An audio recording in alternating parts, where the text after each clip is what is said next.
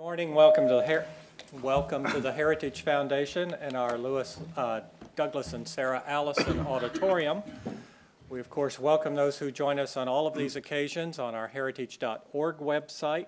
I would ask everyone here in-house if you'll be so kind to check that cell phones have been turned off as we prepare to begin. That is always appreciated, not only by those recording, but by our guest speakers. Hopefully we won't have a rain front come through like we did one day, which overrides it all for you. Our internet viewers, of course, are welcome to send questions or comments, simply emailing us at speaker@heritage.org, and we will post the program on the Heritage homepage following our presentation for everyone's future reference. Hosting our program is Dr. Lee Edwards. Dr. Edwards serves as chairman of the Victims of Communism Memorial Foundation, co-hosting and the organizers of this particular event. He is also the Distinguished Fellow in Conservative Thought here at Heritage in our B. Kenneth Simon Center for Principles and Politics. He previously served as the founding director of the Institute on Political Journalism at Georgetown University. He has also been a fellow at the Institute of Politics at the John F. Kennedy School of Government at Harvard. He has been a media fellow at the Hoover Institution and is a past president of the Philadelphia Society. Please join me in welcoming my colleague, Lee Edwards. Lee.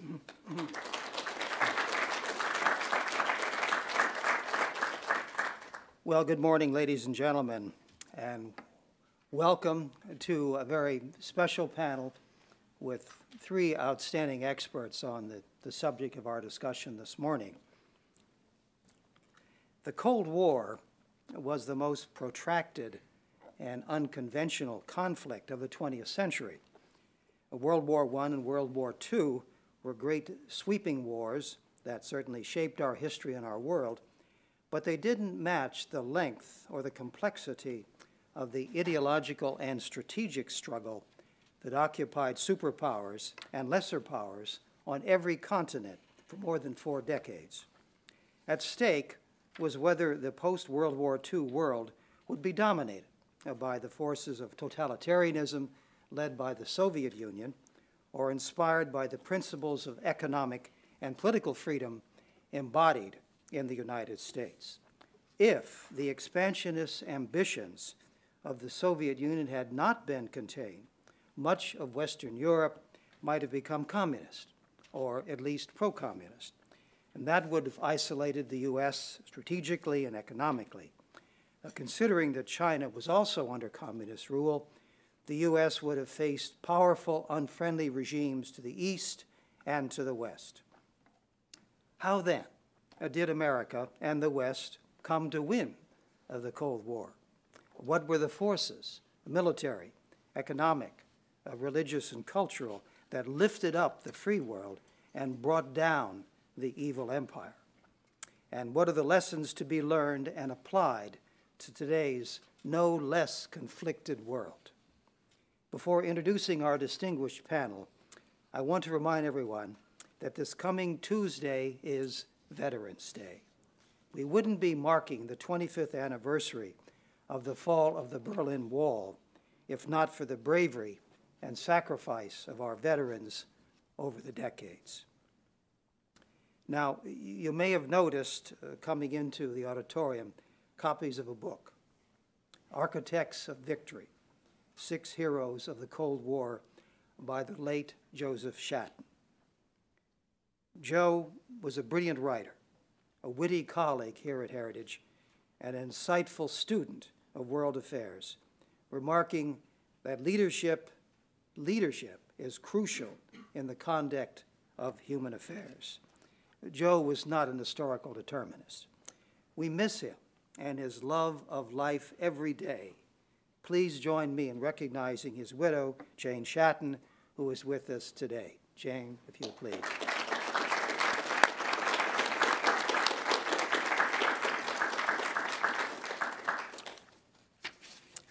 I would also like to call attention, if I may, that tomorrow, that is to say Saturday, the Victims of Communism Memorial Foundation will publish an original mini-documentary commemorating the fall of the Berlin Wall. It'll be on our website and YouTube. It's really a wonderful piece of filmmaking, and we encourage you to view it. And now to our panelists.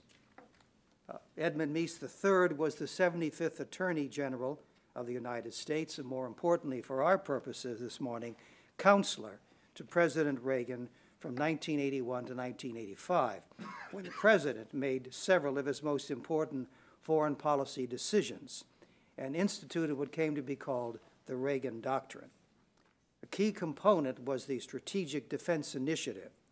We know from Soviet archives and memoirs that SDI was the weapon the Soviets admitted they could not duplicate and persuaded them to abandon the arms race, thus ending the Cold War at the bargaining table and not on the battlefield. General Meese is the Ronald Reagan Distinguished Fellow Emeritus here at the Heritage Foundation. George Weigel, the Distinguished Senior Fellow and Chairman of Catholic Studies at the Ethics and Public Policy Center, author of the definitive best-selling biography of John Paul II, Witness to Hope, and a companion volume, The End and the Beginning, Pope John Paul II, The Victory of Freedom, the Last Years, and the Legacy. Recipient of many awards here and abroad, including the Papal Cross, Mr. Weigel has published widely on U.S. foreign policy and religious liberty, including the work The Final Revolution, the Resistance Church, and the Collapse of Communism. Alan Kors is the Henry Charles Lee Professor of History at the University of Pennsylvania, a leading expert on the intellectual history of the 17th and 18th centuries, as well as the deadly ism of the 20th century, communism. Professor Kors was awarded the National Humanities Medal by President George W. Bush and is a Bradley Prize recipient. He co-founded and served as chairman of the Foundation for Individual Rights in Education, FIRE, which defends the free speech rights of all students, left, right, and center, but especially right. He is, I am proud to say, a member of the National Advisory Board of the Victims of Communism Memorial. Following their remarks, I'll have a few things to say about the lessons to be learned from the Cold War. Ladies and gentlemen, please welcome General Meese.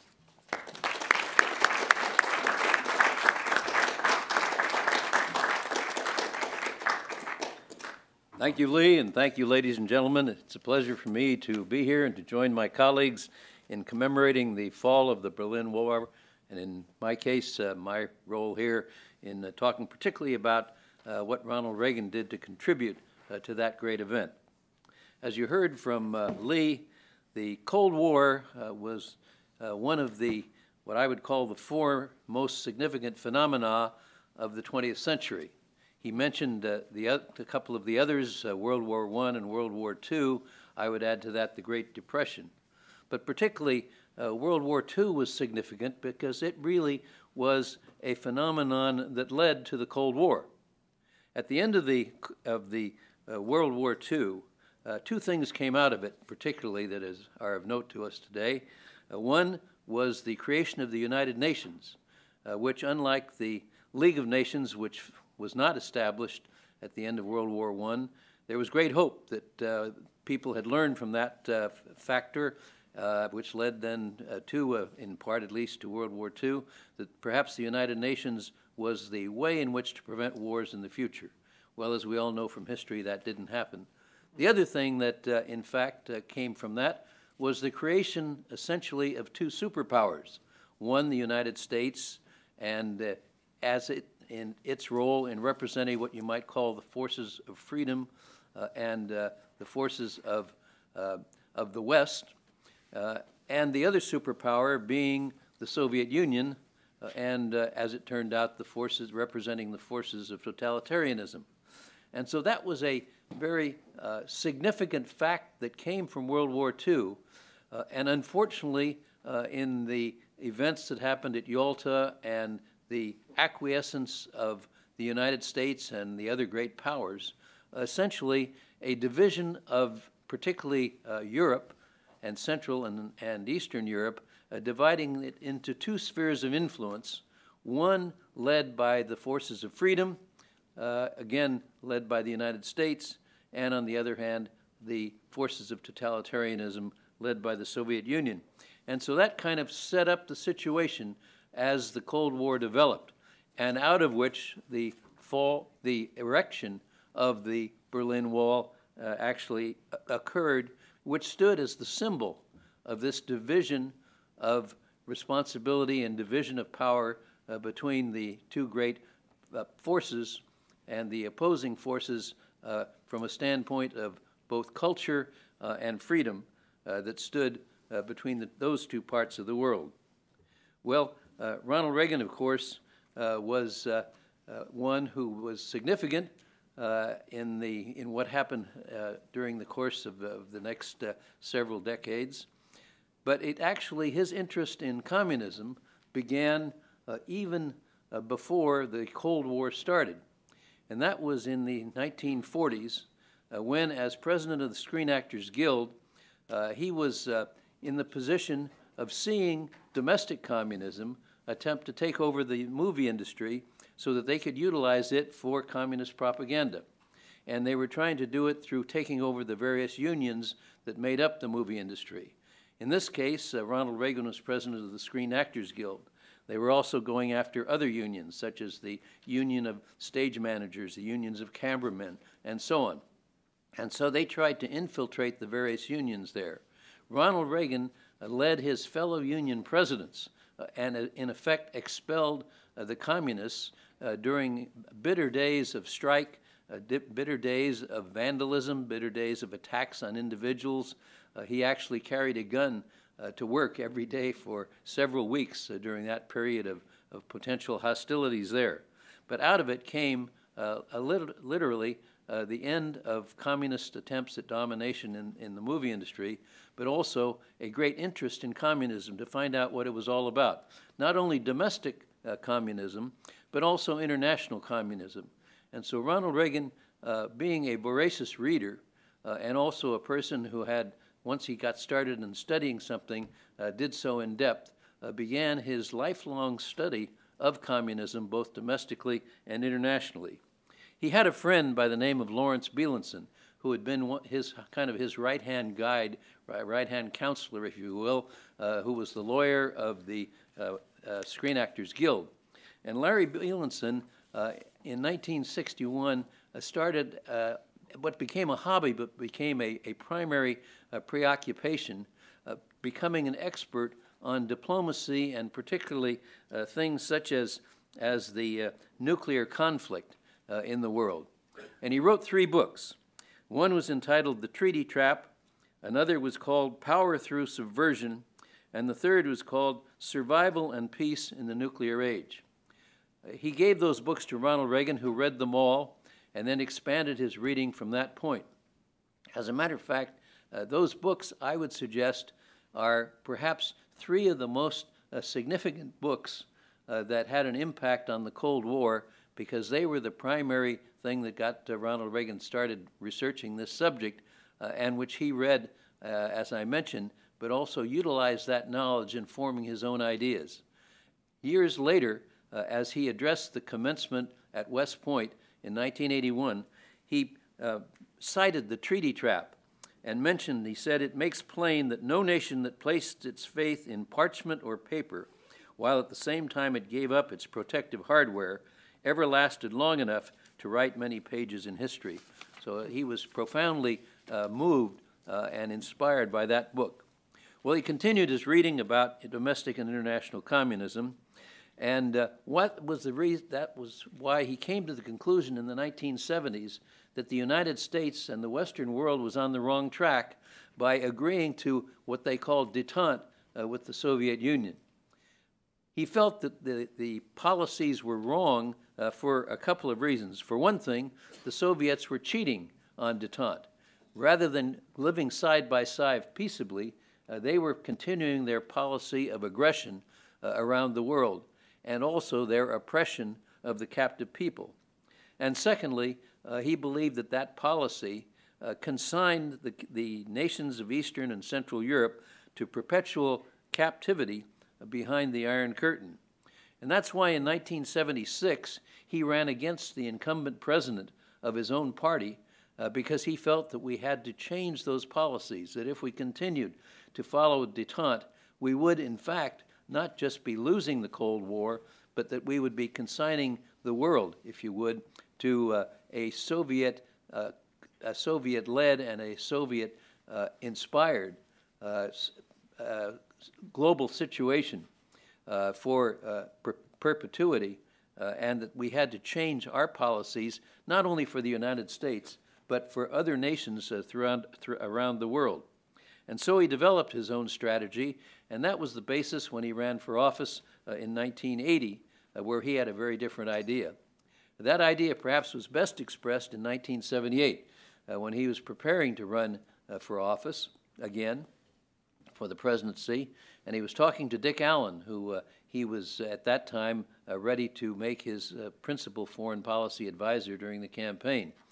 And Dick asked him, he said, Governor, what is your idea of how to deal with the Soviet Union? And Ronald Reagan said, well, Dick, it's simple. We win, they lose. Now, it may sound like he was being facetious or even flippant or simplistic, but really what he meant was that there is a deeper strategy that we ought to be pursuing, where the ideas of freedom and the concepts of freedom would prevail. He really believed that there is no way in which a power in the world that depended upon the suppression and the oppression of its own people, as well as the people of other countries, can endure forever, and that the ideas of freedom ultimately should and would come to the fore, providing we took the right strategies and the right policies in this particular country, and in terms of our leadership of the world. And so that's why, beginning with his campaign in 1980, he began to talk about how we should deal with the Soviet Union. Well, when he took office in January of 1981, it was a very difficult time to deal with the problems confronting the country. First of all, we had tremendous economic problems, and I won't go into those. I'm sure some of you will remember them. Others of you probably heard about them. Those of you in the audience who weren't born then or only recently born at the time, as I often said, that when Ronald Reagan was elected as president in 1980, most of the people that are in my audience were more interested in Ronald McDonald than they were Ronald Reagan. But I'm sure you have heard of the problems there economically. But perhaps less so you heard of the problems that we were in from the standpoint of foreign policy and national security policy. For one thing, we had a deteriorated military in the aftermath of the Vietnam War. We were at a low point both in funding as well as in morale and in capability. Secondly, we had the Soviet aggression that was taking place. In 1979, with impunity, they had marched into Afghanistan, and they were at that time, through their forces around the world, trying to make inroads in Latin America, in El Salvador, for example, through the Sandinistas in Nicaragua, in Angola. And of course, they had already captured so many of the Eastern and Central European nations that were now called the captive nations behind the Iron Curtain. And thirdly, there was a crisis of confidence in the world, in freedom and in liberty. Too many pundits, for example, had looked at what was happening in Africa, what was happening in Europe, what was happening in Asia, even in South America, and were predicting that socialism was the wave of the future, and that capitalism, free enterprise, and freedom had kind of peaked with those nations that were now following that, and that, in effect, as I say, they thought that socialism was the wave of the future. They also were talking about a moral equivalency between totalitarianism and freedom, and that this was just two different systems of government that could exist side by side. Well, all of these concepts were rejected by Ronald Reagan, and the things that formed this crisis of confidence had to be overcome as well. And so he implemented a three-pronged strategy to deal with the Soviet Union and with these three problems that I mentioned. First of all was to engage in a military buildup and to gain the support of Congress for vastly improving our military capabilities. It involved, of course, dealing with the manpower problems by raising pay and by raising living conditions, and particularly by raising respect for our military, which had certainly waned during the previous 4 or 5 years. All of these things were necessary and which served to build the finest military force in the history of the country and, in fact, in the history of the world. Secondly, was to change our policies and follow what became known as the Reagan Doctrine. And this essentially embraced 3 things. Number 1, to engage the Soviet Union on a moral basis. In other words, to talk about what was morally wrong with the path that they had been following. Secondly, to stop the aggression that was taking place. He let it be known through the Soviet ambassador, Dobrynin, that the Western world, the Western powers, would not countenance any further aggression such as had taken place in Afghanistan, and that we would move to do everything possible to stop the aggression that was taking place in those other countries that I mentioned. And thirdly, that he would do everything possible to roll back the aggression that had already taken place by supporting freedom fighters in Nicaragua, in Angola, in Poland, and in other countries where the Soviet Union had made inroads. He also moved to restore confidence in the United States and the Western countries in their ideals and in their concepts of freedom, and in the idea that freedom was ultimately the right of people around the world. He laid out his blueprint for this change in policies and in strategy in a masterful address to the British Parliament in June of 1982, where he developed his strategy and how he felt we ought to deal with the Soviet Union and with the advancement of freedom. And there he kind of summarized it by, as he talked about, the elements of Western policy dealing with the Soviet Union, as well as to safeguard our interests and protect the peace. And then what he went on to say there is, what I am describing now is a plan and a hope for the long term, the march of freedom and democracy, which will leave Marxism-Leninism in the ash heap of history. Well, that language shocked the striped pants set at the State Department. They said, you know, we just don't do those things. That may be true, but what we later learned, that it was those words and that attitude new attitude and concept of going forward that brought back and restored the confidence, restored the hope, if you will, for those people in the Gulag, those nations that were behind the Iron Curtain, and the peoples who were being oppressed, that there was hope. It also was the start of several milestones that marked the implementation of that particular strategy that he had laid out in that particular speech. As a matter of fact, just 10 days ago, I happened to be in the Parliament building, and they walked us through and pointed out the room in which Ronald Reagan had given that talk there at that time, almost 30 years ago.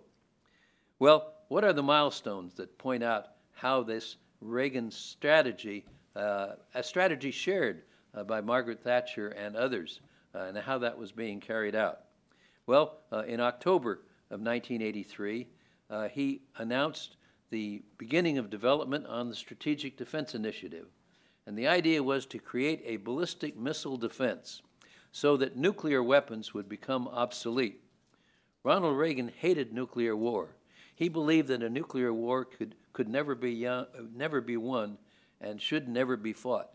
And so his idea was to make these weapons obsolete by having a defense so that neither nation could ever prevail through the use of nuclear weapons. And so that began this development of SDI. This was particularly significant in dealing with the Soviet problem because the Soviets at that time, for several years, had been cheating on the anti-ballistic missile treaty. And so they themselves suddenly realized when we got into the game and went forward with development following the treaty, following the provisions of the treaty, and being prepared to follow those provisions in the treaty when we got to an adequate position where the treaty could be abandoned legitimately and legally, and therefore counter what they were doing illegitimately by the actions in which they were doing to violate the treaty. The whole idea that we were now to compete with them was something that later on proved to be significant in making the leaders of the Soviet Union by the end of that decade realize that they could not prevail. Another event was 1985, when he had his first meeting with Gorbachev. You know, there had been a lot of criticism during the first half of his 2 terms that he had not met with the Soviet leader. Well, initially, he wanted to wait until he could deal with them from a position of strength, and that meant building up our military, or being on the way to building up our military. And so the first year or two, he wanted to wait to meet them until that was well underway. But by the end of 1982, 1983, he was prepared to meet with the Soviet General Secretary Brezhnev, and of course Brezhnev died. And then he was ready to meet with Andropov, and he died. And then he was ready to meet with Chernow, and he died. And so when the reporters asked him in a press conference why he hadn't met yet by the end of the first term with the Soviet leader, he said, "I'm ready to meet, but they keep dying off on me." Well, finally, by the time in 1985 of Gorbachev, a very different person, by the way, than his predecessors, he finally got a live one, and met there, and took a very different tack than many people might have anticipated. It was not a hostile attack, it was not an in-your-face attack, but it was standing firm on our positions, but saying that there was a way, if Gorbachev, a more modern leader of the Soviet Union, changed their policies, there was a way in which the 2 nations could live in peace and harmony without having the continued aggression. But this involved the Soviets changing their views and changing their ways, particularly in regard to the captive peoples. Well, the next year, in 1986, they met at Reykjavik. And by that time, Gorbachev had his strategy, and that was he would offer giving up a great deal of their offensive weapons. And the 2 men had reached almost an agreement where both sides would limit their offensive weapons that could be used against each other until the last day, when Gorbachev then pulled out the card that he really wanted to play, and that was to persuade Ronald Reagan to give up the Strategic Defense Initiative. Well, when Ronald Reagan heard that, he realized that the Soviets knew how important that was in order for the West to be able to prevail in the long run. And if it was that important to them, it was as important as he always felt. And that's where he refused to give in to that blandishment. And of course, that to me was one of the deciding points on who would ultimately win the Cold War, because by holding firm, he was able to counter what the Soviet Union wanted to do to rob us of what would become an important strategic weapon. Another milestone was in 1987, again, by dealing with the Soviet Union and putting our intermediate nuclear forces into being to counter theirs that had already been installed on both sides of the Iron Curtain in Central Europe. And by doing that, it countered them and led the way for, in 1987, Ronald Reagan and Gorbachev to sign the first treaty, which essentially did away with the intermediate range nuclear weapons on both sides, the first time that a whole class of nuclear weapons would be removed. And so, again, a very important step towards the end of the Cold War, even though it was not billed as that at the time. Well, all through the 1980s, Ronald Reagan, along with leaders of the free world, such as Margaret Thatcher, such as Pope John Paul II, continued their efforts to bring together their combined military, cultural, political, diplomatic, and economic forces in order to counter the Soviet Union and to seek the restoration of freedom throughout the world. I would suggest to you that as we are talking about this event today, these efforts of Ronald Reagan and these others, the leaders of essentially of the free world, were best symbolized by Ronald Reagan's speech at the Brandenburg Gate in Berlin on the 12th of June, 1987, where he gave his prescription for the end of the Cold War. And he said this, he said, "There is one sign the Soviets can make that would be unmistakably something that would advance dramatically the cause of freedom and peace. General Secretary Gorbachev," and many of you will remember these words, "if you seek peace, if you seek prosperity for the Soviet Union and for Eastern Europe, if you seek liberalization, come here to this gate." And that's when he uttered these famous words. Mr. Gorbachev, General Secretary Gorbachev, if you seek peace, if you seek prosperity for the Soviet Union and Eastern Europe, if you seek liberalization, come here to this gate, as I mentioned a few minutes ago. And then the words, Mr. Gorbachev, open the gate. Mr. Gorbachev, tear down this wall. And of course, that was the famous phrase that became a catchphrase for the world. On the 9th of November, 1989, the wall came down. And of course, the rest is history. Thank you.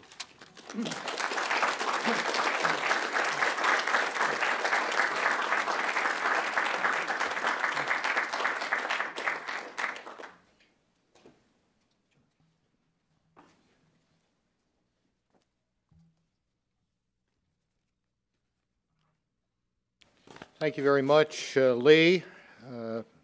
Dear colleagues, ladies and gentlemen, it's a great pleasure to be here to help commemorate what so many seem prepared to forget, namely the tremendous events of 25 years ago. In his New History of the Cold War, John Lewis Gaddis of Yale writes that the beginning of the end of European communism came on the morning of June 2nd, 1979, when Pope John Paul II stepped off his plane at Warsaw Airport. That's an interesting statement from a historian at a university not known for its rich Catholic life, I might say. A historian who's not a Catholic, who has no particular denominational dog in the fight. And of course, John Lewis Gaddis is a sophisticated student of the Cold War who knows that the end game was a very complicated story. It made a great difference, as Attorney General Meese just reminded us, that Ronald Reagan, not Jimmy Carter or Walter Mondale, was President of the United States in the 1980s. It made a great deal of difference that Margaret Thatcher, not Michael Foot, who never met a communist he didn't like, was the Prime Minister of Great Britain. It made a great deal of difference that Helmut Kohl, not Helmut Schmidt, was the Chancellor of what was then West Germany. But if we ask the question, why did 1989 happen when it did, rather than in 1999 or 2009 or 2019, we admit the inevitability of the collapse of communism. But if we ask, why did it happen then, and why did it happen the way it did? The normal 20th century method of massive social change was mass violence, the First and Second World Wars. This was different. With the sole exception of Romania, the communist project collapsed in Europe without mass violence. If we take those two questions, the when and the how, seriously, then I think Professor Gaddis's attribution of a unique role, a key role, to Pope John Paul II ought to be taken quite seriously. But it's important to underscore what was unique about the Pope's unique role. And for that, we go back to those 9 days in June 1989, June 2nd to 10th, days on which the history of the world really pivoted in a more humane direction. Days which Dick Allen told me years later had made a tremendous impression upon Ronald Reagan, then preparing for his second run for the presidency. It is very instructive to note that during those 9 days in Poland, his first pilgrimage back to his Polish homeland, Pope John Paul II did not speak once in some 52 sermons, lectures, offhand remarks, meetings with various groups, not once about politics and not once about economics. Rather, in a virtual infinity of variations on one great theme, he said to these people he knew so well, in a language he spoke so beautifully, resonant with their literary heritage. You are not who they say you are. Let me remind you who you really are. And if you own that culture and that identity, you will gather the moral strength to find new forms of resistance, new forms of liberation that those people cannot match. It was moral revolution, a revolution of conscience rooted in cultural reclamation. And it resonated through the region because it was entirely congruent with what the human rights resistance in Central and Eastern Europe, which had grown exponentially under the influence of the Helsinki Final Act, perhaps the event of the late 20th century whose consequences were wholly different than the signatories expected. Brezhnev in 1976, I think that was, the Helsinki Final Act, thought he was signing a 100-year lease at least on the captive nations. In fact, he was signing the death warrant for the Soviet Empire. And in the wake of the so-called third basket of the Helsinki Accords, human rights provisions, Helsinki watch groups had sprung up all over Central and Eastern Europe and inside the Soviet Union itself. And those Helsinki groups developed the strategy that Václav Havel would later call living in the truth, living as if one were free. This was, again, essentially a cultural resistance strategy. It was a summoning of moral strength in order to gather new energies of resistance that could not be met by the mere force of material power. The idea, as many of you know, and as Havel put it in that extraordinary essay, The Power of the Powerless, the idea was to live as if you were free, to live as if this whole wretched system around you was not compelling you to be a liar, was not compelling you to acquiesce in its falsification of the nature of the human person, of human origins, human destiny, human community. One of my friends, a Polish Dominican priest, then a young physics student, hearing John Paul II in June 1979, said that what happened to him was, I decided I didn't have to live a lie. I might not ever get to cast a free vote. I might never live in a democratic society, but I didn't have to live a lie. I didn't have to live acquiescence to this system. You multiply that by hundreds of thousands, indeed millions of people across Central and Eastern Europe, and that's the revolution of conscience that John Paul II launched in those 9 days in June 1989, which led within 14 months to the rise of the Solidarity movement in late August and early September 1980, and then we know the rest of the story from there. This business of living in the truth, living as if one were free, tended to produce something that communism simply couldn't handle. And that was solidarity, the virtue, not simply solidarity, the trade union. Communism was based, among other things, its methods of social control were based, among other things, on atomizing society, on fragmenting society. A great symbol of that, some of you may know, was the arrangement of apartment houses in Nowa Huta, this steel milling town built on the outskirts of Krakow in the late 1940s and early 1950s. Massive apartment blocks, and you couldn't walk down the long axis of the building from one apartment to another.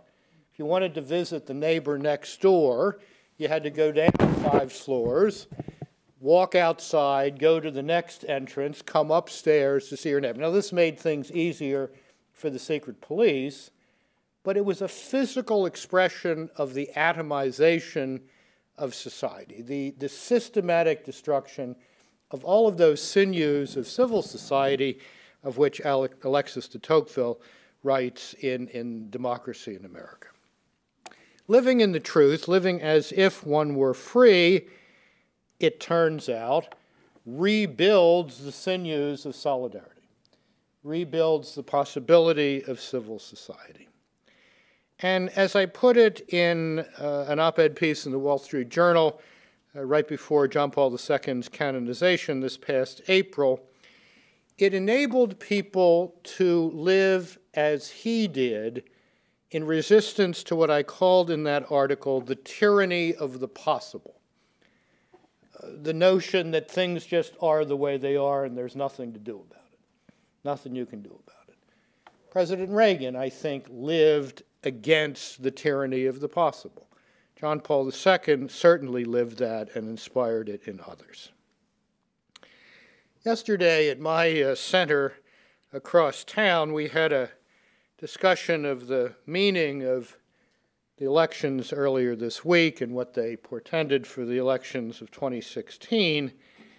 And I made the observation that by 2016, we were liable to be in such a mess in the world that foreign policy would rise very highly on the issue agenda.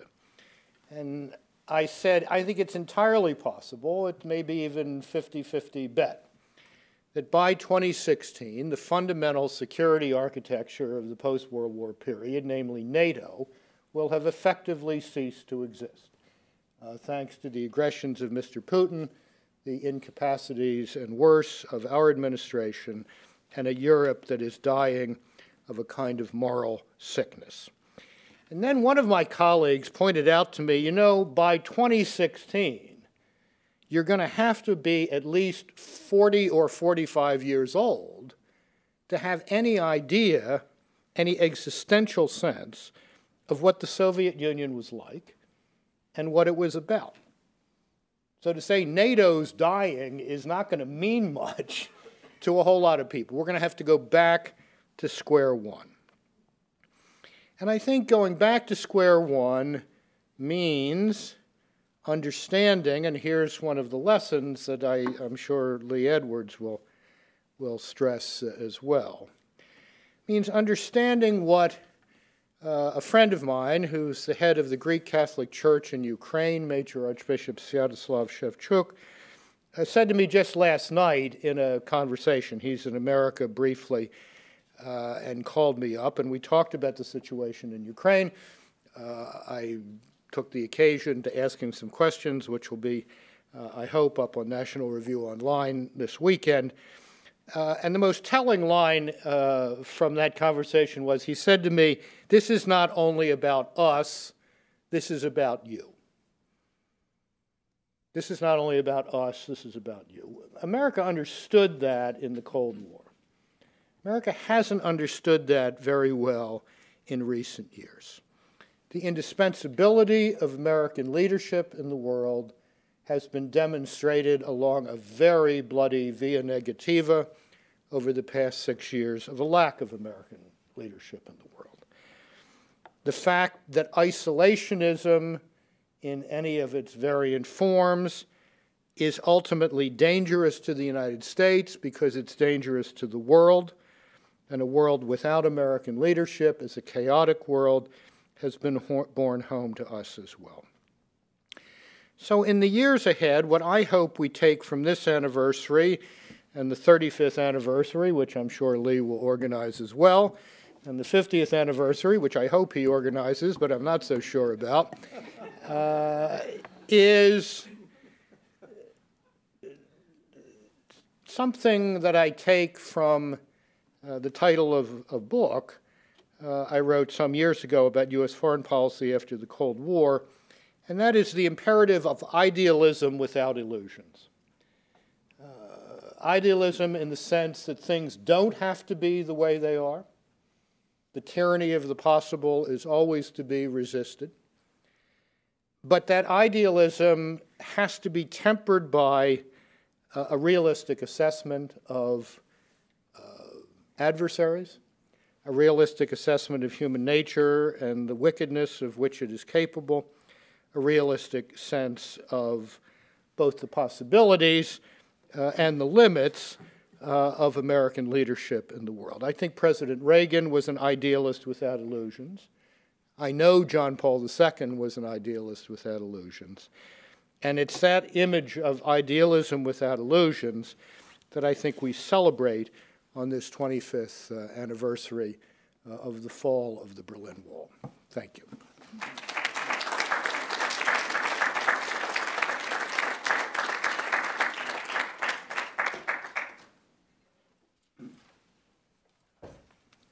Uh, 25 years ago feels like yesterday. I don't look like yesterday, but it feels like yesterday. One of the few times when seeing the images, I cried with joy.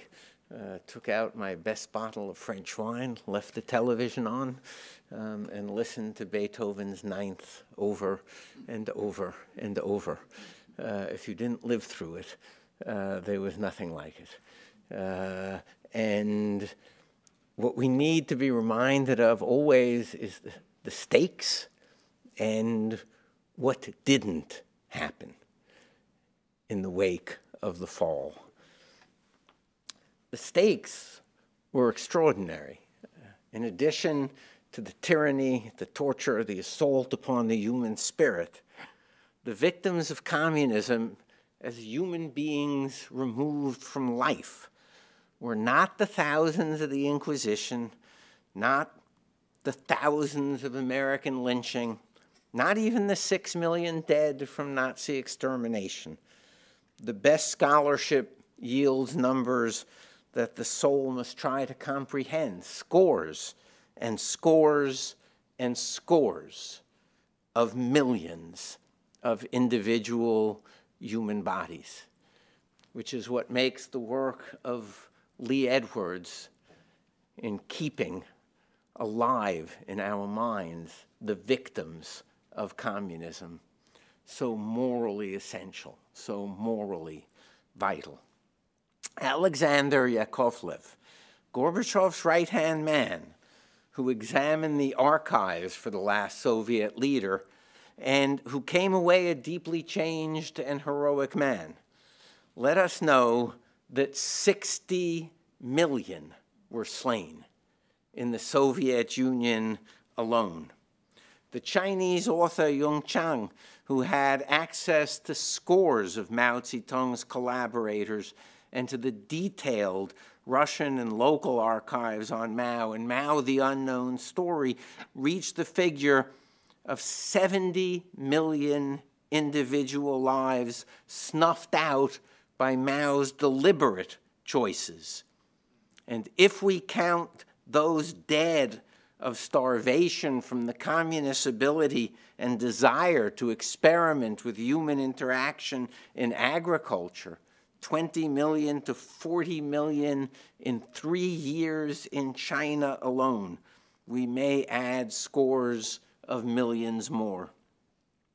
The communist Khmer Rouge and Pol Pot, recall, was educated in France and taught his politics by French communist intellectuals, slaughtered 1/5 to 1/4 of the entire Cambodian population, as if an American regime had murdered some 50 to 70 million of its people.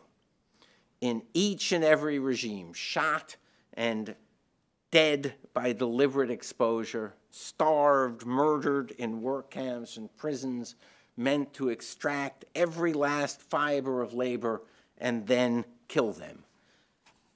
No cause ever in the history of all mankind has produced more slaughtered innocents and more orphans than communism. It was a system of production, all right, that succeeded only in its production of turning out the dead. And when one saw that wall fall, what an extraordinary moment. What might one have expected? What didn't occur? What was the dog that didn't bark in the night? Where were the celebrations and the accountings? Where was the recognition of the ineffable value of a truly limited government? Our schools, universities, and media do not teach our children any differently now about the human consequences of liberty, of voluntary economic societies, of limited government in the real world. Our children do not know in any domain what happened under communism. Those who depend on our media and our films do not know.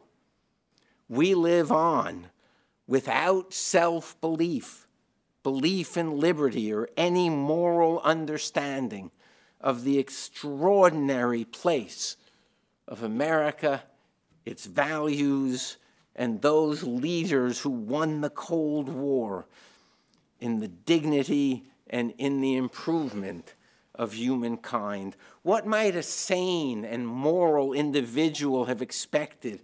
An anti-communist epiphany, a festival of celebration, a flowering of comparative scholarship, a full accounting of the communist reality, political, economic, moral, ecological, social, and cultural, a revision of curriculum, a recognition of the ineffable value of those ideals for which we paid the price.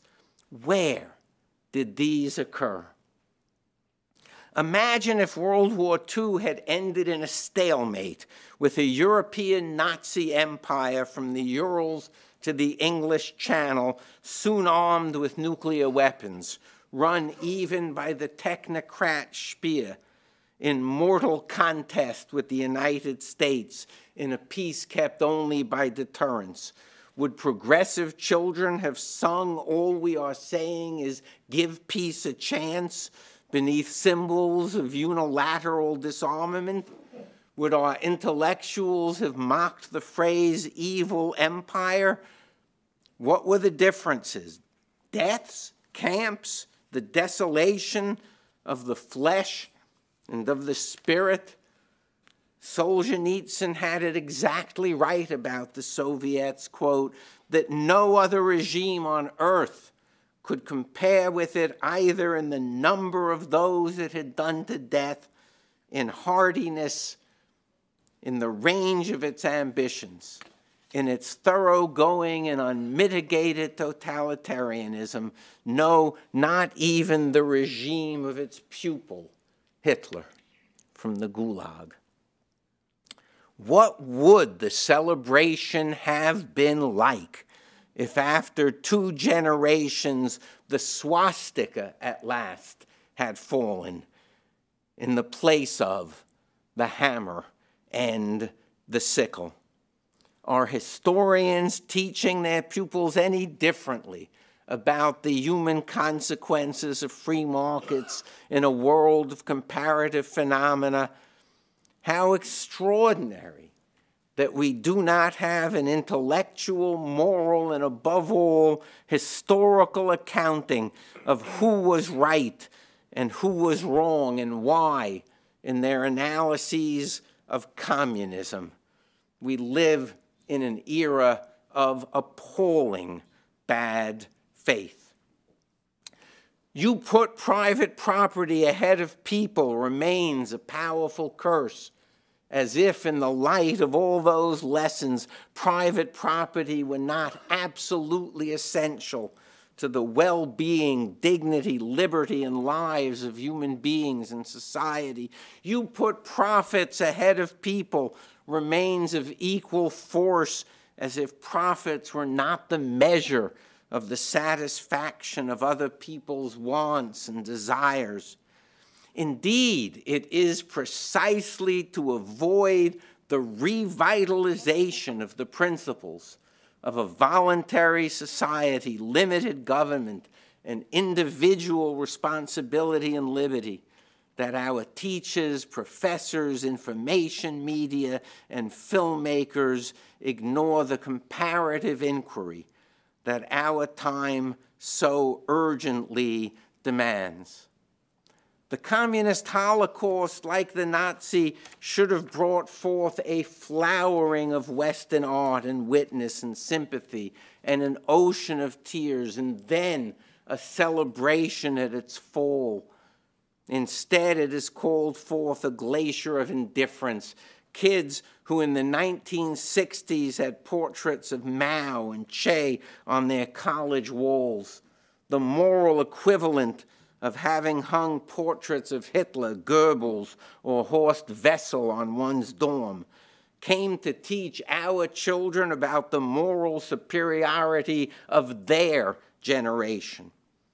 Every historical textbook lingers on the crimes of Nazism, rightly so, seeks their root causes, draws a lesson from them, rightly so, and everyone knows the number 6 million. By contrast, it is always the mistakes of communism again and again and again. Ask any college freshman, try it if you don't believe me, how many died under Stalin's regime, and they will answer even now, thousands, tens of thousands.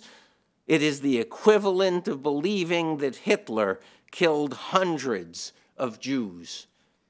The scandal of such ignorance derives from an intellectual culture's willful blindness to the catastrophe of its relative sympathies. Most of Europe has outlawed the neo-Nazis, but the French Communist Party from 1999 to 2002 was part of a ruling government.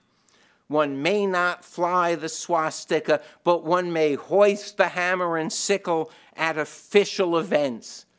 The denial of Hitler's dead or the minimization of the Jewish Holocaust is literally a crime in most of Europe. The denial or minimization of communist crimes is an intellectual and political art form and the fast track to a successful academic career. Anti-fascist is a term of honor. Anti-communist is a term of ridicule and abuse. As we meet the Social Democratic Party in Germany and the anti-Euro Party in Germany are negotiating to enter into a government in Thuringia that will be ruled by Die Linke, the heirs of the East German Communist Party, because no one knows, no one remembers, no one teaches the lessons. For at least a generation, intellectual contempt for liberal society has been at the core of the humanities and the soft social sciences. This has accelerated, not changed, since the fall of the Berlin Wall. And as for the mea culpas, we await them in vain. When Eisenhower heard that the German residents of a nearby town didn't know about a death camp whose stench would have reached their nostrils, he marched them, well-dressed, it's dramatic footage if you've never seen it, through the rotting corpses and made them look at and help dispose of the dead. The mayor of Saxe-Gotha and his wife hanged themselves on their return. We lack Eisenhower's authority. Milan Kundera stated the moral reality with clarity. What about those with good intentions, he asked, Kundera wrote. When Oedipus realized that he himself was the cause of their suffering, he put out his eyes and wandered blind away from Thebes, unable to stand the sight of the misfortunes he had wrought by not knowing. He put out his eyes and wandered blind away from Thebes. Let the apologists for communism acknowledge the dead, bury the dead, atone for the dead. Otherwise, let them be forgiven only when they have put out their eyes and wandered blind away from Thebes. And let Western intellectuals learn the words of the poem Requiem, written during the Stalinist terror by Anna Akhmatova, the greatest Russian poet of the 20th century, quote, I will remember them always and everywhere. I will never forget them, no matter what comes, close quote. The bodies demand accounting, apology, and repentance. Without such things, the age of communism lives. Without such things, there remains a Berlin Wall of the mind and spirit that has not fallen. Thank you.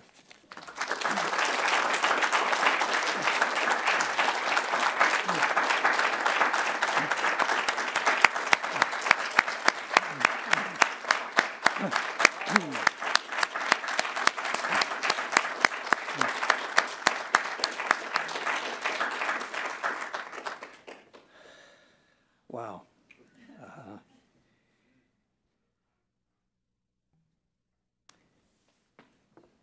How lucky we are in this in this auditorium to have heard these three presentations this morning.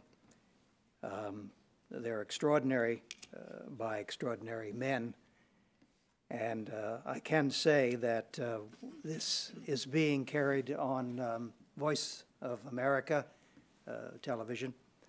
Also, that it's being streamed by the Heritage Foundation. And I'm thinking that also that we, with the permission of the others, that we probably should take a look at a transcript of this and publish it and get it out that way. Just extraordinary. I'm going to presume, and it really is a presumption after these presentations, just to say a few words about lessons from the Cold War. The world has changed much since 1945, when the Cold War began, and since 1991, when it ended. But as my co-author, Elizabeth Spaulding, and I pointed out in our book, A Brief History of the Cold War, certain things remain true, and copies of it are available out there. First of all, ideas matter. Ideas matter. Contrary to Machiavelli and his modern-day realpolitik disciples, power is not everything. The philosophical ideas undergirding a regime matter because they guide governments and help us to understand their conduct. The United States shaped by ideas drawn from our founding principles. By contrast, the Soviet regime was shaped by Marxism-Leninism. Russian President Vladimir Putin is not a latter-day Stalin, we can say that, but his desire for empire and his willingness to use force to achieve political goals reflect his training as a KGB agent during the Soviet era. In Iran, the mullahs who govern are guided by a commitment to Islam that shapes their worldview and influences their conduct on the world stage. In China, the communist government, and it is a communist government, struggles to rationalize the contrary demands of economic liberalization and political control. And as China's economy inevitably slows, there are already signs of that this year, there will be increased pressure for political liberalization. What else matters? Friends and allies matter. During the Cold War, the United States called upon and led a grand alliance against the Soviet Union, employing economic and strategic instruments such as the Marshall Plan, NATO, the police action in Korea, the special relationship with Great Britain, and the Reagan Doctrine. In contrast, the Soviet Union was never able to command allegiance, true allegiance, from the members of the Warsaw Pact or the nationalities and peoples within the Soviet Empire. In fact, the Soviet Union was not a true nation, but a conglomeration of captive peoples and nationalities united by the Red Army. Once Western governments began to encourage the people within the evil empire to stand up, they did so with increasing confidence and success, those peoples did. The Hungarian Revolution of 1956 was crushed by Soviet tanks, but in 1980, the communist government of Poland could only ban the Solidarity Trade Union for fear of alienating the West. What else matters? Leadership. Leadership matters. The history of the Cold War, one can say, is the biography of leaders on both sides of the Iron Curtain. The conflict began under Truman and Stalin and was ended by leaders that included Ronald Reagan, Margaret Thatcher, Pope John Paul II, Czech dissident Václav Havel, and even, one must give him credit, Soviet President Mikhail Gorbachev. How so? Gorbachev helped end the Cold War by reluctantly abandoning the Brezhnev doctrine that had propped up the communist regimes of Eastern Europe for decades. By the mid-1980s, a cash-strapped Soviet Union could no longer afford such a policy. Now, one must add quickly that Gorbachev abandoned that doctrine. Why? Not to bring about a more liberal and democratic Soviet Union, but to bring about a more socialist and successful, he hoped, Soviet Union, and he failed. The United States enjoyed successes in the Cold War when led by visionaries such as Truman and Reagan.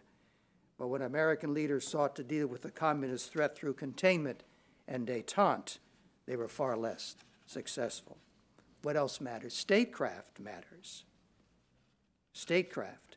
Victory over a determined adversary requires not only strength and resolve, but a strategy relevant to the times and the nations involved. Containment was an appropriate strategy at the beginning of the Cold War when the United States was sorting out its domestic and foreign responsibilities, and the Soviet Union was in place and in power in Eastern Europe. 40 years later, the United States could take the offensive against an economically weakened Soviet Union whose Marxist ideology was disintegrating. A successful U.S. foreign policy depends on the exercise of prudence, the virtue extolled by strategists since Sun Tzu. Cold War policies such as the Marshall Plan were prudent.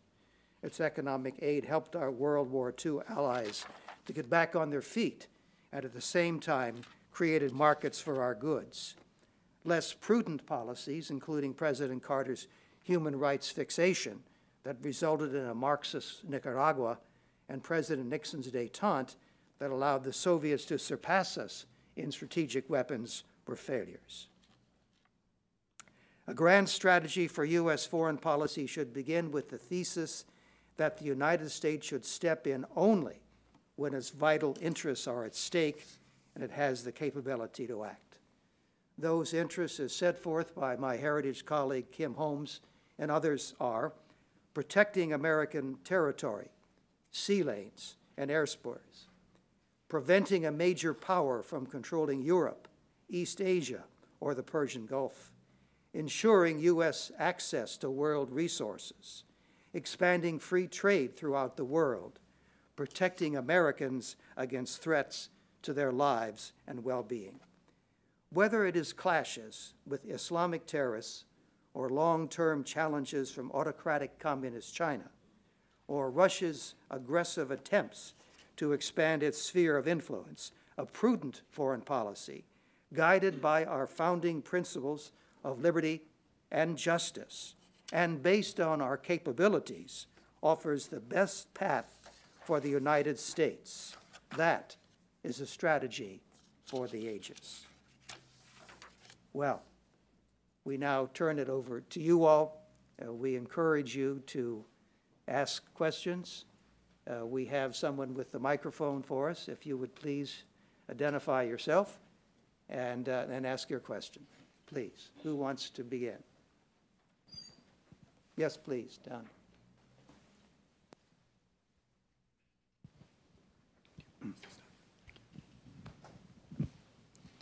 John Soliday, independent economist. There's an attitude that we'll never repeat the eras of the Soviet Union and communism. And there's also a smug condescension amongst many leaders towards ideas of economic freedom. And a belief in the populations that this could never happen again. From Professor Kaur's discussion, it could I would assume it might certainly happen again, and that we need to address. There's something very missing in the public dialogue. Yes, Thank you. And I think that begins with teaching the lessons learned. What happened when, I'm glad there's a North Korea because I'm not glad there's a North Korea for the North Koreans, in theory, because I like the comparison is still available. East Germany, West Germany, the comparison was available. But these are very minor comparisons. They're superficial.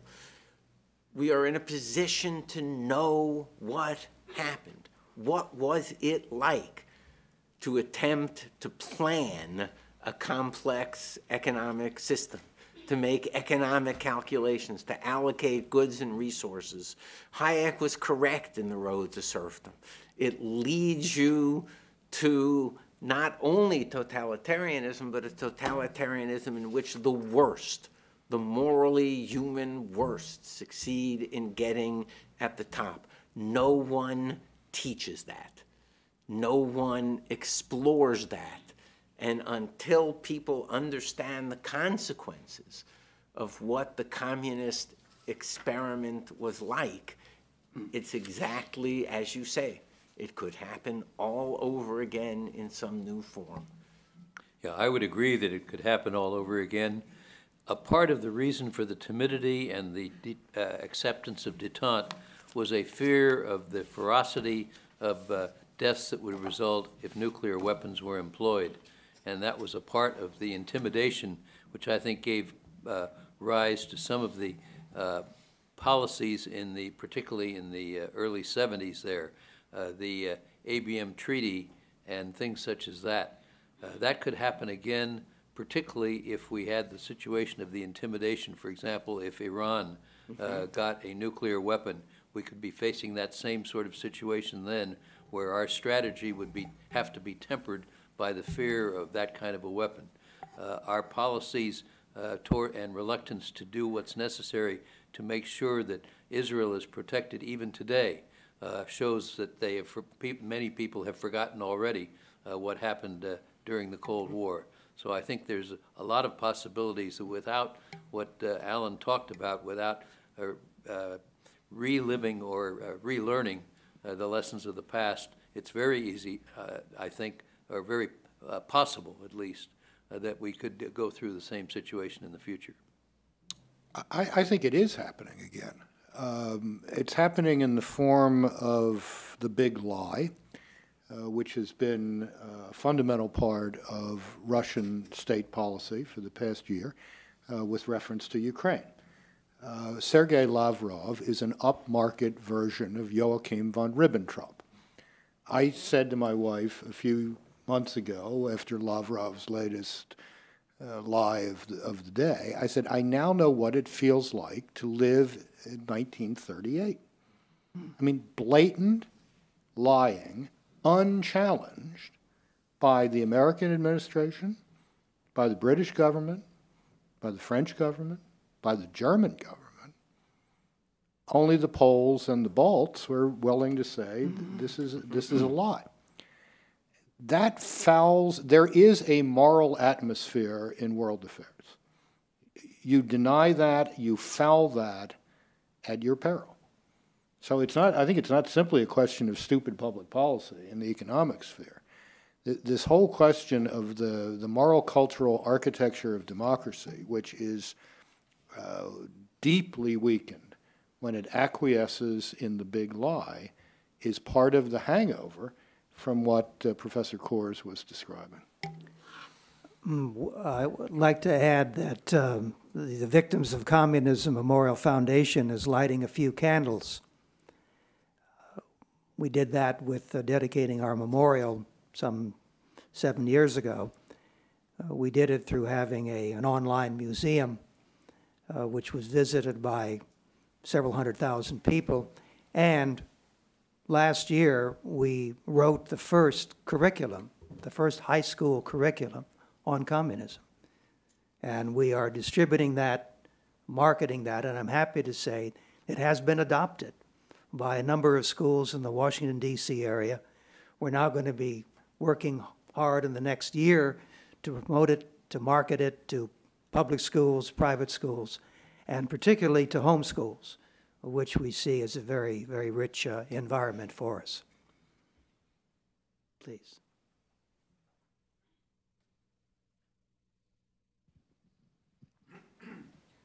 My name is Yaroslav Martinyuk, and I'm formerly with Radio Liberty.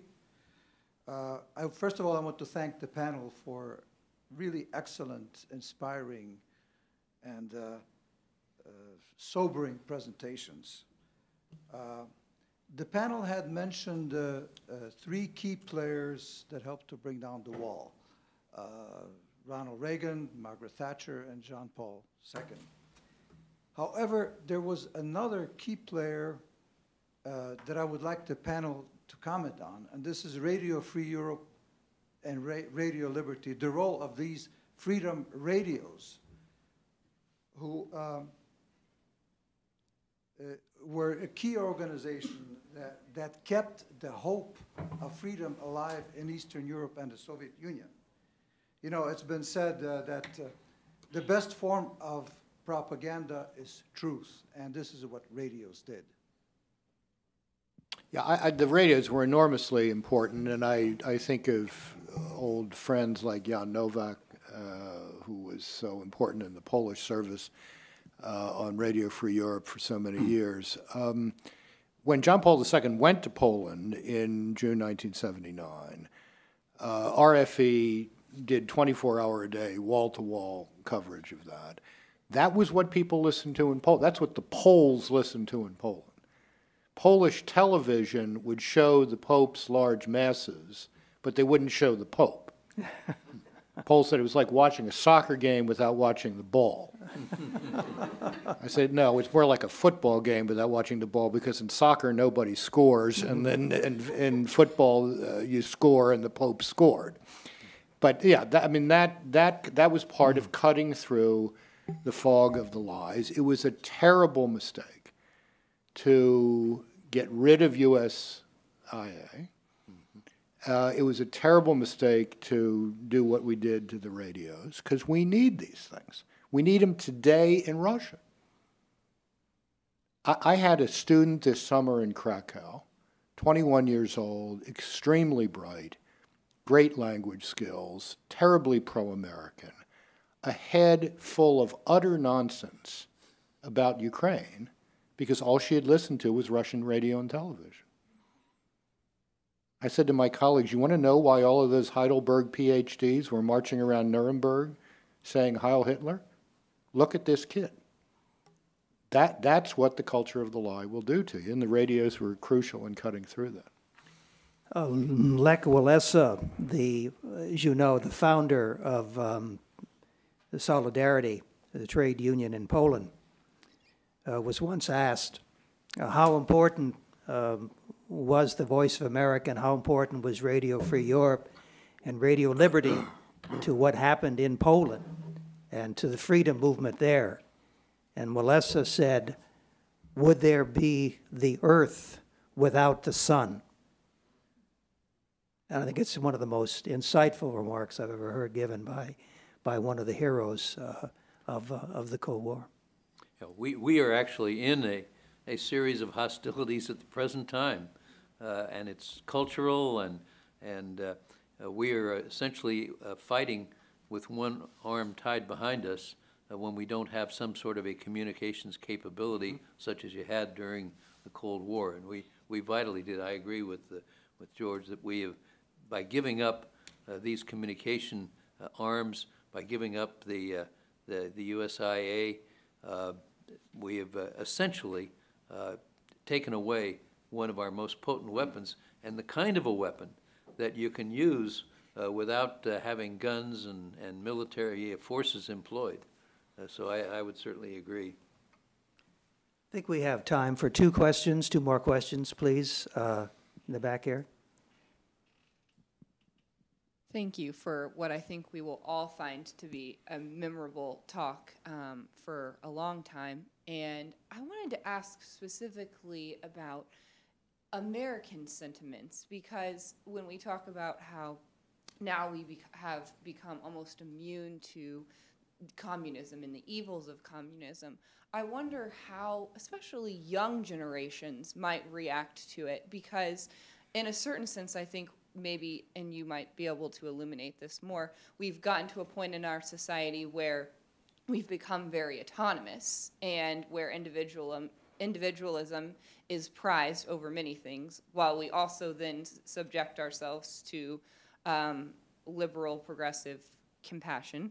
And yet, at the same time, I think that there's an instinctive, visceral reaction when we see our liberties repressed. And I think of a couple cases like Miriam Ibrahim and the rise that we saw for her, in cases like even recently the Houston pastor subpoena case, and you saw unlikely people supporting those pastors. And even in the free speech, the amendment that the Democrats in Congress proposed to amend free speech, and you saw even the ACLU rise up against that. So I was wondering if you could maybe talk about if you do think that there is some hope that we maybe could have a revitalization of an understanding of why communism is so evil. You ask one of the central and deepest possible questions. I mean, one of the ironies of American society is that it produces bounty. And it also produces, because it produces bounty, given its economic system, it produces demagoguery that, as if that bounty would be there, no matter the system under which it were produced, that the bounty is there for redistribution by intellectuals. Now, that's the root and the appeal to students, for example, to the young. The bounty is there, let's redistribute it, with no sense of why the bounty is there. The favorite term I hear among my students at the University of Pennsylvania is social justice. In Hayek's last work, The Fatal Conceit, he talked about social as one of those weasel words that sucks the meaning out of a word the way weasels would suck the yolk out of an egg, leaving the shell intact. Social justice now means not justice, not individual justice. Social equality means not equality. It means coerced inequality. But on the other side of that, what gives me the deepest hope about America is that this is the only country on the face of the earth where if you tell a 10-year-old that there is an irrational rule against doing something, a 10-year-old looks up and says, it's a free country. It makes it difficult to be a parent, maybe, but what an extraordinary political culture to produce that as an integral phrase. It's a free country. I was glad to hear Lee mention the marketing of this curriculum to the homeschooling movement. Mm-hmm. Homeschooling is the biggest social movement in the United States today after the pro-life movement.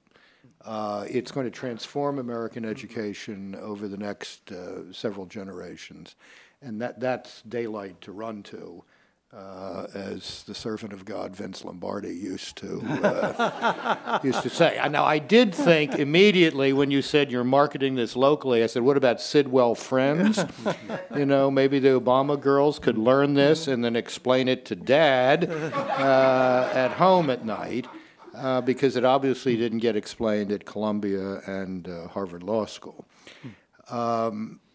There's an oddity about this, though. 15 years ago, I'm sitting out on the main square in Krakow at night having a beer with some of my students, and my friend, the late great Father Richard John Newhouse, asked these Polish kids, why is there no literature about the communist period here? There's this vast Holocaust literature.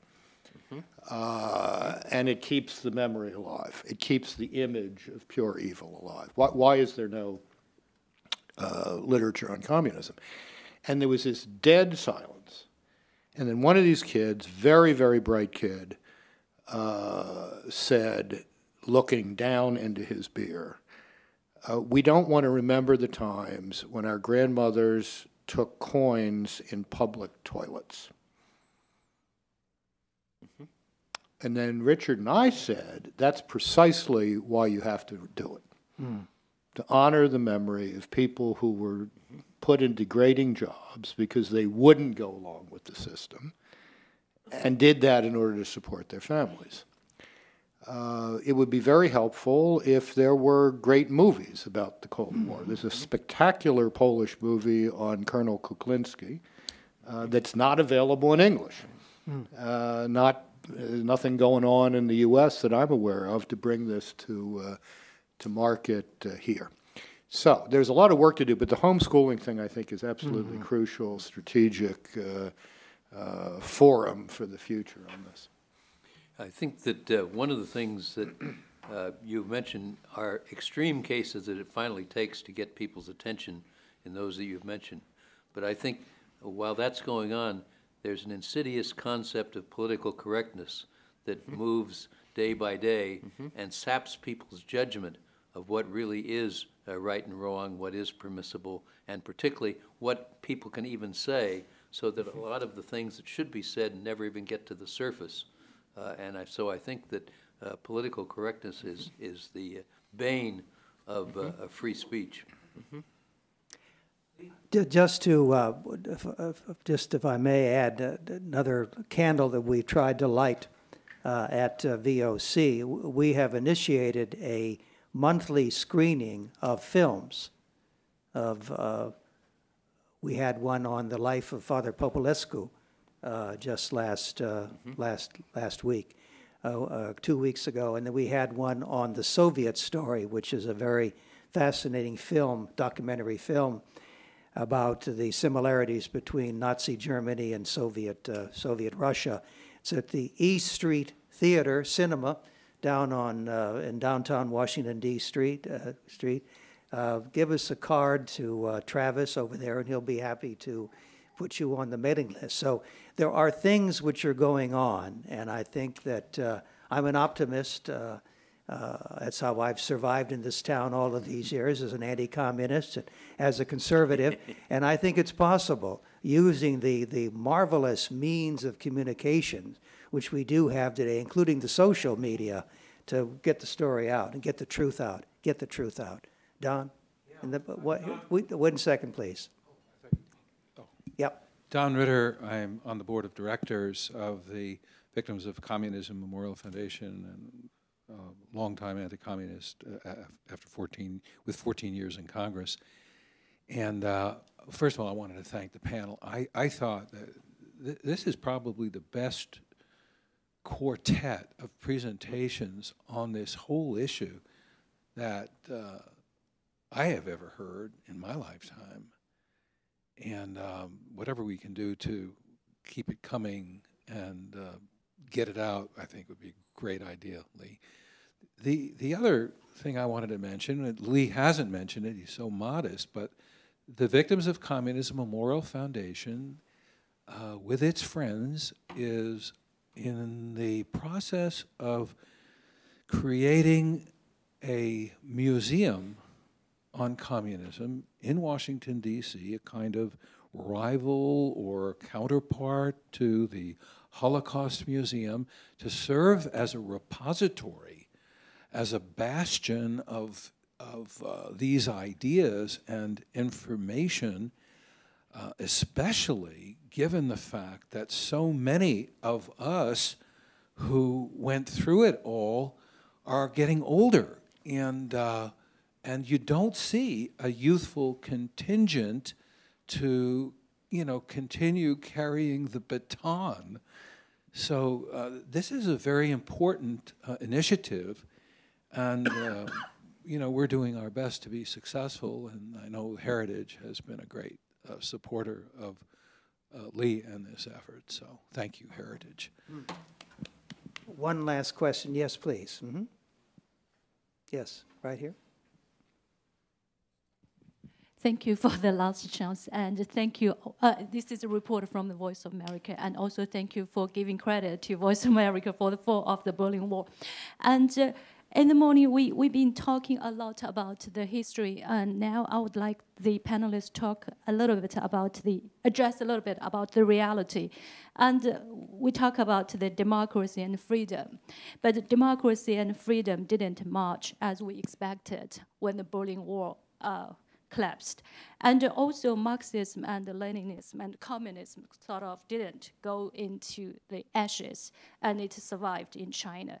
Actually, when the Soviet Union, it was the collapse of the Soviet Union which made the Chinese Communist Party more firm about not following the Soviet steps. And the third is the reality is that China and Russia coming closer to closer, and they're talking about axis of China and Russia, and the two countries certainly is going to challenge in the world order led by the United States. So just wondering how the panelists address these questions. Thank you. Witness to Hope, the first volume of my two-volume John Paul II biography, is in 14 languages. The only language edition other than English that the late Pope pressed me to get done was Chinese. He wasn't going to be able to go himself. I think this was the way he thought he could get there, because he had the view that I share, that don't bet in the long run on Chinese communism, despite Tom Friedman and other bears of little brain like that.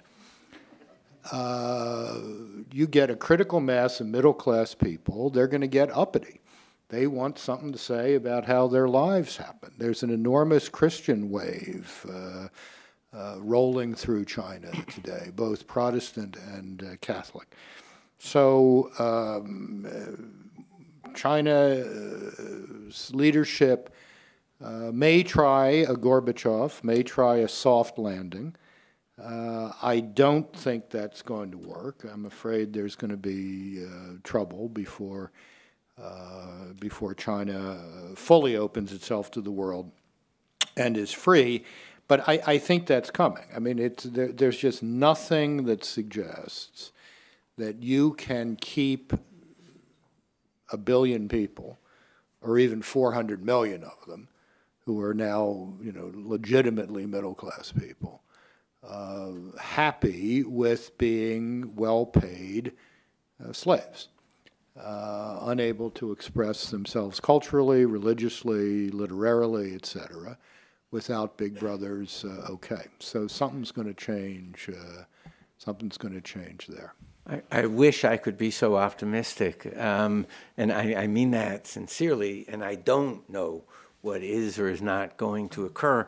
You can enslave as many people as you need to enslave if you're willing to kill as many people as you're willing to kill. So that choice will come.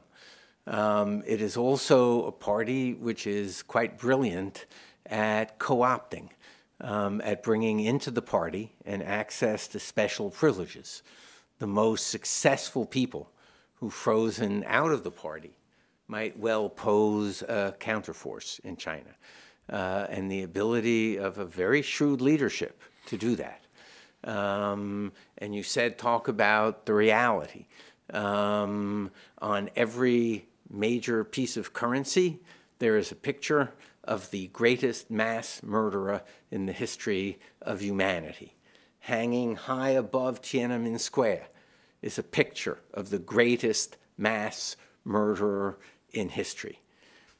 At the recent party congress, they began by saying, let us revivify Mao Zedong thought. However metaphorically they meant that. Imagine, let us revivify Hitlerian thought being uttered as a phrase in Europe. It is a country which, for all the information revolution, you cannot Google the word Tibet. You cannot Google the words Dalai Lama. And what will happen, I don't know. I am not at all convinced that economic liberalization entails political and spiritual liberalization. I wish I were. And they will face a moment where they decide whether they are or are not willing to kill significant numbers of people to keep the next generation. They did it once in Tiananmen. They can do it again. We shall see. Lee mentioned in his remarks that one of the lessons learned from the Cold War is that statecraft matters. And to my knowledge, we have virtually no statecraft being utilized to see what our policies ought to be, including absolute ignoring and ignorance of what's going on, for example, with the military situation there, no ability to project ideas, no Radio Free China, for example, or other kinds of things that could happen either from private auspices or as part of a basic strategy on how to deal with China. I think what we have really is just inadvertence and ignorance and not paying attention to what's going on there as what is now goes for national policy on the subject. If I could light one more candle, I think the inherent weakness of Communist China and the Communist Party in China is evidenced by its reaction to Hong Kong. And that when 100,000 or 200,000, or whatever it may be, young men and women demonstrate as they did in Hong Kong recently, Beijing's reaction was to be as strong and as oppressive as it possibly could be. What is there about a couple 100,000 people demonstrating in one city that so terrifies the Communist Party of China? It is because they do not want that virus of freedom to spread throughout all of China, and it's there. It's there. I think that shows you that it's still possible that there could be a good outcome in China if the Chinese heroes, like those young men and women in Hong Kong, continue to demonstrate, continue to speak up. And if they are encouraged in that by us, and by us, I mean the United States and other members of the free world. Well, thank you all very much for coming, and I think join me in welcoming. Thank you.